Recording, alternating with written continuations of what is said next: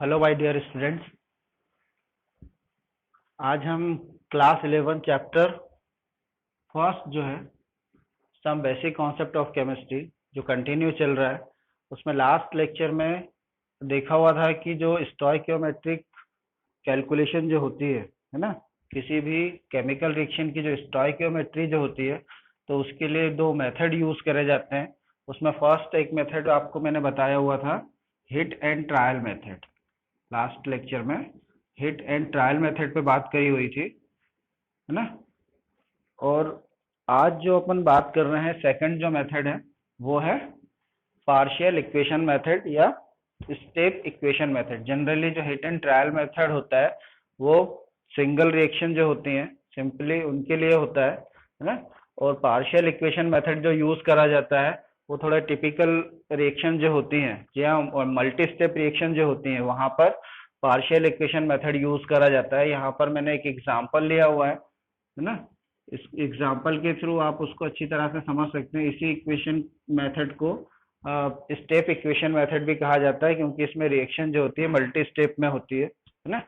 अब जो net reaction होगी तो नेट रिएक्शन कोई भी दी हो उसको आप जब भी आप नेट रिएक्शन अगर मल्टी स्टेप में प्रोसीड हो रही है तो उसके लिए आप ये वाला मेथड यूज करते हैं। जैसे फॉर एग्जांपल यहाँ पर जो रिएक्शन है वो नेट रिएक्शन ये दी हुई है ना, कोई रिएक्शन ये है। अब अगर इसको आपको बताना है ना, और इसको बैलेंस करना है तो ये जो रिएक्शन होती है ये मल्टी स्टेप में होती है, इसलिए ये मेथड का यूज करा जाएगा यहाँ पर। अगर ये रिएक्शन को कंप्लीट करना है या बैलेंस करना है तो ये इस मल्टी स्टेप में किस तरह से होगी ये मैंने यहाँ पर लिखा हुआ है कि फॉर एग्जांपल जैसे अपन कहें कि chlorine is react with sodium hydroxide gives sodium chloride plus sodium hypochloride plus H2O। तो ये जो रिएक्शन है इस रिएक्शन को आपको बैलेंस करना है through the partial equation method. अब इस इक्वेशन मेथड के लिए जो स्टेप अपन यूज करेंगे वो स्टेप क्या होंगे। इनिशियली क्या होता है कि जो क्लोरीन होगा वो वाटर के साथ में रिएक्ट करके HCl और हाइपोक्लोराइड सॉल्यूशन बनाएगा, हाइपोक्लोरिक एसिड बनाएगा, है ना। और अब ये जो एसिड बना हुआ है ये सोडियम हाइड्रोक्साइड है ना, जो कि क्या होता है बेसिक इन नेचर होता है, ये इन दोनों एसिड को क्या करता है न्यूट्रलाइज करेगा। तो ये इसकी तीन स्टेप होंगी, 1 2 और ये 3। अब यहाँ पर जो HCl बना है और हाइपोक्लोरिक एसिड जो बना हुआ है तो ये क्या होते हैं इस इन दोनों एसिड को न्यूट्रलाइज करा जाएगा थ्रू द सोडियम हाइड्रोक्साइड। और जब उस कंडीशन में आपको क्या मिल रहा है यहाँ पर, अगर HCl की रिएक्शन आप NaOH के साथ में करवाते हैं तो NaCl प्लस H2O और NaOH की रिएक्शन सोडियम हाइपोक्लोरिक एसिड के साथ में करवाते हैं तो आपको क्या मिलेगा, सोडियम हाइपोक्लोराइड प्लस H2O। अब ये जो तीनों रिएक्शन है ना, ये मल्टी स्टेप में इस रिएक्शन को कंप्लीट करने के लिए ये तीन स्टेप यूज हुई हैं। अब क्या करना है कि ये जो रिएक्टेंट है ना, ये रिएक्टेंट साइड है, ये प्रोडक्ट साइड है। अब जो रिएक्टेंट होंगे आप दोनों रिएक्टेंट और प्रोडक्ट को क्या करेंगे आप ऐड करेंगे, लेकिन इक्वेशन की ही फॉर्म में, जहां पर ये जो साइन दिया हुआ है ये प्रोडक्ट साइड का होगा और ये इसका जो टेल होगी वहां पर रिएक्टेंट साइड होंगे। तो ये जो पूरा पोर्शन होगा रिएक्शन का, रिएक्टेंट वाला पोर्शन, इसको आप इस तरह से लिखेंगे, मतलब दो पूरी रिएक्शन को आपको ऐड करना है तो रिएक्टेंट साइड में पूरे रिएक्टेंट लिख देंगे और प्रोडक्ट साइड में इन तीनों इक्वेशन को इस तरह से लिख देंगे, ठीक है। अब इसमें क्या ऐड करने के बाद आप जब इसको लिख देंगे तो यहाँ पर आप कॉमन जो होंगे, कॉमन मॉलिक्यूल्स जो होंगे इसमें या सब्सटेंस जो होंगे उसको आप क्या कर देंगे क्रॉस कर देंगे। जैसे फॉर एग्जांपल मैंने यहाँ पे इस रिएक्शन को पूरे रिएक्टेंट को यहाँ लिख दिया है और पूरे प्रोडक्ट को यहाँ लिखा हुआ है। अब मैं इसको सेम जो सब्सटेंस होंगे उसको क्या कर दूंगा कैंसिल आउट कर दूंगा, जिस तरह से ये मैंने कैंसिल करे हुआ है।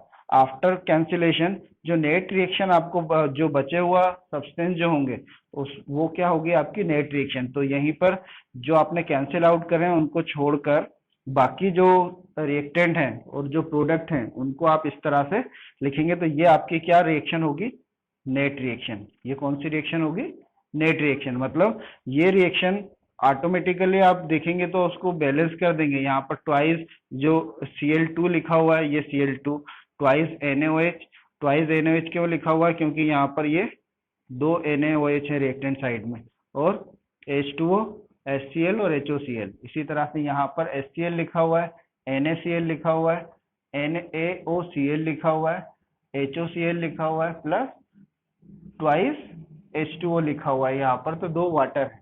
ठीक है, तो यहाँ पर ये कैंसिल हो जाएगा, वाटर से एक वाटर कैंसिल हो जाएगा, HCl से HCl कैंसिल हो जाएगा, HOCl से HOCl कैंसिल हो जाएगा। जो रिमेनिंग पोर्शन जो बचा हुआ है रिएक्शन का, उसको जब आप लिखेंगे तो आपको नेट रिएक्शन मिल जाएगी, है ना, वो भी बैलेंस। तो इस तरह से जो टिपिकल रिएक्शन को बैलेंस करा जाता है, जो कि मल्टी स्टेप में होती है, तो वो इस मेथड के थ्रू उसको बैलेंस करा जाता है। ठीक है, अब ये तो था आपका हिट एंड ट्रायल मेथड और पार्शियल इक्वेशन मेथड, जिससे किसी भी रिएक्शन को आप क्या करेंगे, बैलेंस करेंगे। और नेक्स्ट जो अपन चालू करने वाले हैं कि जो स्टोइकियोमेट्रिक कोफिशिएंट, किसी भी रिएक्शन को जब बैलेंस कर दिया जाता है तो वहां पर उसके बैलेंस करने के बाद उसमें क्या देखा जाता है, स्टोइकियोमेट्रिक कैलकुलेशन देखी जाती है उसकी। इसका मतलब ये हुआ कि ये क्वांटिटेटिव एनालिसिस बता रिलेशनशिप बताती है रिएक्टेंट और प्रोडक्ट के बीच में, है ना, कि कितने रिएक्टेंट पार्टिसिपेट कर रहे हैं और कितने प्रोडक्ट फॉर्म हो रहे हैं। इस टाइप का जो रिलेशनशिप बताएगा वही क्या होगा, उसकी स्टोइकियोमेट्रिक कैलकुलेशन। तो ये करने के बाद अब नेक्स्ट जो अपन चालू कर रहे हैं वो है स्टोइकियोमेट्रिक कैलकुलेशन। बहुत सिंपल है, अगर आपने ये रिएक्शन को, इनको सभी रिएक्शन को आपने अच्छी तरह से देखा हुआ है तो आपको इजीली समझ में आ जाएगा, है ना। और अगर आपको कुछ परेशानी हो रही है तो जो पिछले जो वीडियो हैं आप उनको देखें तो आपको और ज़्यादा क्लियर हो जाएगा ये सब। अब जो नेक्स्ट अपन शुरू कर रहे हैं वो है stoichiometric calculation. Stoichiometric calculation, stoichiometric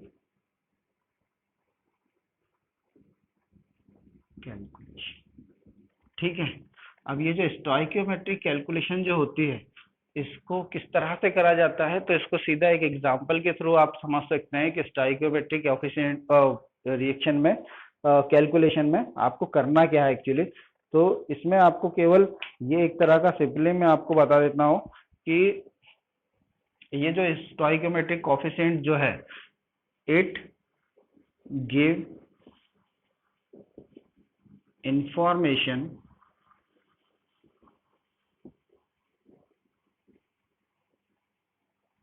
about quantitative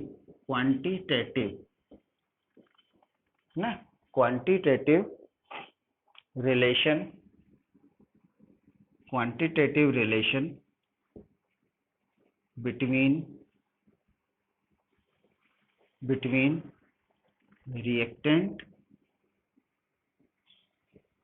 and products.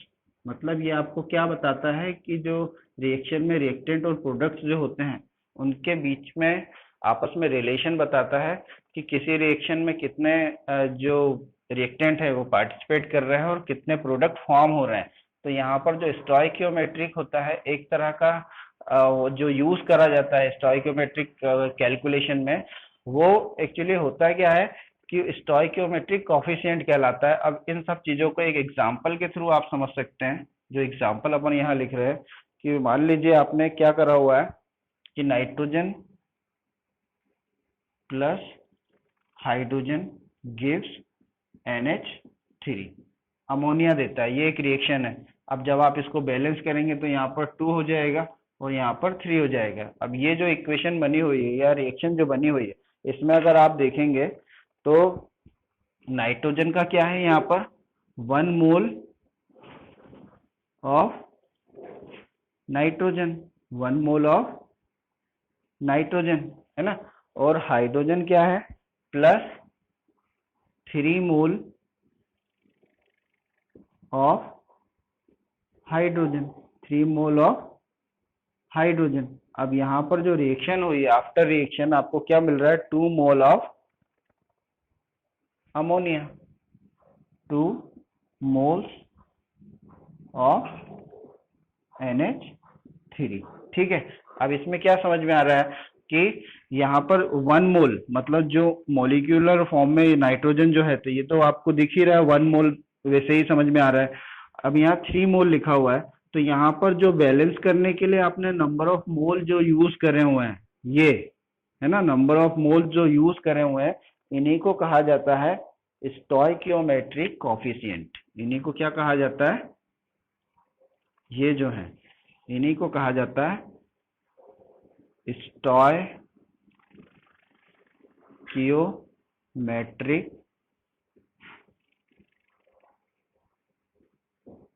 Coefficient. ठीक है। या सिंपली अपन समझने के लिए इसको क्या बोल सकते हैं, मोल्स, है ना।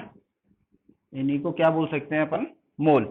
तो सीधा सिंपल सा है कि क्या कह सकते हैं कि जो स्टोइकियोमेट्रिक जो एक्सप्रेस करी जाती है या डिनोट करी जाती है, तो वो किस फॉर्म में अपन कर सकते हैं, नंबर ऑफ मोल की फॉर्म में, है ना। तो यहाँ पर जितने भी दिए हुए हैं ये सब नंबर ऑफ मोल दिए हुए हैं, और यहाँ पर ये जो है यही नंबर ऑफ मोल कहलाते हैं कि नंबर ऑफ मोल्स NH3 कितने हैं, 2 हैं।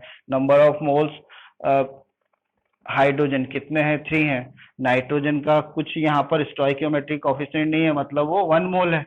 अगर यहाँ पर स्टोइकियोमेट्रिक हमेशा यहाँ पर ही लिखा जाता है ना, और कहीं पर नहीं लिखते हैं, तो ये आपको यही डिनोट करता है कि ये कितने नंबर ऑफ मोल रिएक्टेंट में पार्टिसिपेट कर रहे हैं और कितने नंबर ऑफ मोल प्रोडक्ट में फॉर्म हो रहे हैं, है ना। तो ये एक तरह का किस रिलेशन हो गया रिएक्टेंट और प्रोडक्ट के बीच में। ठीक है। अब यही होता है स्टोइकियोमेट्रिक कैलकुलेशन। और यहाँ पर जो स्टोइकियोमेट्रिक कैलकुलेशन जो होता है, अब जैसा मैंने रिलेशन बताया कि रिएक्टेंट एंड प्रोडक्ट, तो यहाँ पर रिएक्टेंट और प्रोडक्ट के बीच में रिलेशन हो सकता है कि मास मास रिलेशन हो सकता है मोल मोल रिलेशन हो, ऐसे डिफरेंट टाइप ऑफ रिलेशन होते हैं, है ना। तो वही रिलेशन के अकॉर्डिंग आपको उनकी स्टोइकियोमेट्रिक कैलकुलेशन जो होती है उसको करना होता है। तो नेक्स्ट वीडियो में जो रिलेशन होंगे, रिलेशन के अकॉर्डिंग अपन बात करेंगे कि उनकी स्टोइकियोमेट्रिक कोफिशिएंट कैलकुलेशन किस तरह से की जाती है ना। अच्छी तरह से इसको, जो लास्ट वीडियो में मैंने आपको डिफरेंट टाइप ऑफ मेथड बताए, बैलेंसिंग के, हिट एंड ट्रायल मेथड, और इस वीडियो में मैंने आपको पार्शियल इक्वेशन मेथड बताया हुआ है या स्टेप इक्वेशन मेथड बताया हुआ है। तो और इसी के साथ में थोड़ा स्टार्ट करा हुआ है हमने स्टोइकियोमेट्रिक कैलकुलेशन क्या होती है और उसको किस तरह से समझा जाता है ना। और नेक्स्ट वीडियो में इसी चीज को थोड़ा आगे बढ़ाएंगे कि जो रिलेशन होते हैं, रिलेशन की जो बात हुई है यहाँ पर रिएक्टेंट और प्रोडक्ट के बीच में जो रिलेशन होते हैं, तो डिफरेंट टाइप ऑफ रिलेशन होते हैं, वो उन्हीं रिलेशन के अकॉर्डिंग स्टोइकियोमेट्रिक कैलकुलेशन को किस तरह से समझा जाएगा वो नेक्स्ट वीडियो में कंटिन्यू करेंगे, है ना। एट लास्ट चैनल को सब्सक्राइब करें, लाइक करें, शेयर करें। Thank you.